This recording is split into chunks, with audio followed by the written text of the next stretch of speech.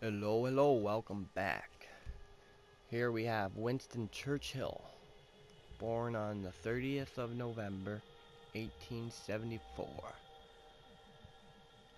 Born in 1874 into an influential aristocratic family, Winston believed he was destined for great things from the start and was obsessed with eclipsing his ancestors, all very healthy, among them his father, Lord Randolph Churchill, who served as Chancellor of the Exchequer, and the first Duke of Marlborough, and won a series of battles against the French in the War of Spanish Succession, which makes him rather likable in my eyes.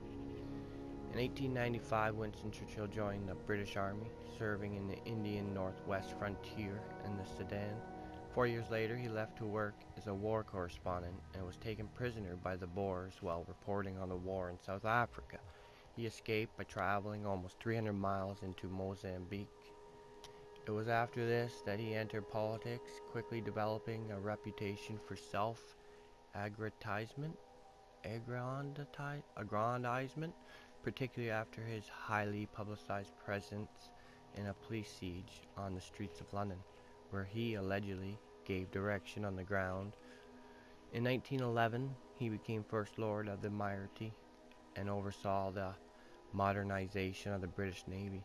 It was in his position that he was first involved in the First World War, obsessing over how to counter the German submarine threat. Forced to resign over the failed Battle of Gallipoli, Churchill stepped outside of politics to lead a brigade on the Western Front, experiencing the war firsthand before returning to Britain, where he would become Minister of Munitions in 1917. His supervision of the production and delivery of tanks, planes, and ammo to the front was credited as a significant contributor to Germany's defeat. It was his role during the Second World War for which he is most remembered, though. As Prime Minister during the conflict, he was celebrated for his tactical genius, leadership, and steadfast refusal to allow the Nazis to succeed. Later, he would continue to shape world events, pushing for social reform in Britain and winning the Nobel Prize for Literature. He died of a stroke in 1965, arguably having achieved precisely what he set out to do in his youth. Well,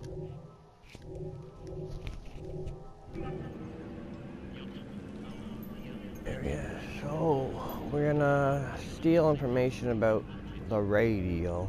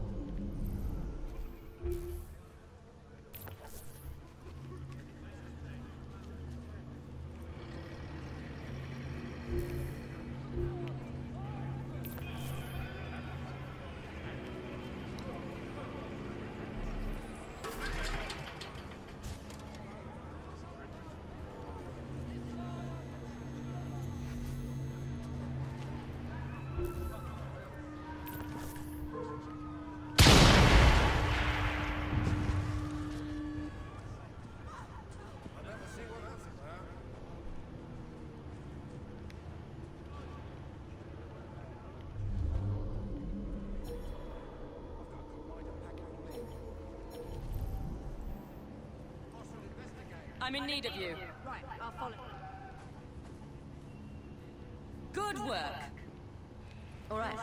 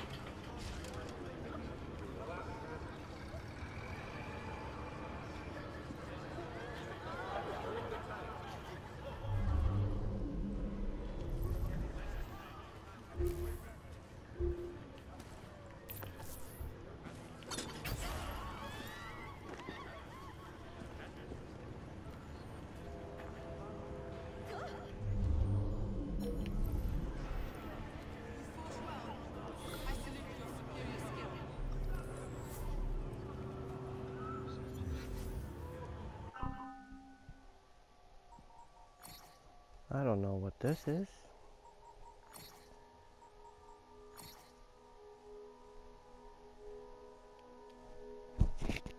Well, looky here. Dear Alfie, how are you, old chum? Seems like years since I left for France with the lads, but it's only been 2 months. I know in the past I've teased you, Alfie, but that bad leg of yours is a blessing in disguise. The truth is that you haven't missed out on any great excitement. Maybe at first it felt that way, but the longer things get on, the more this feels like a terrible punishment. It will be Christmas soon back in England, but not out on these cold and wet fields.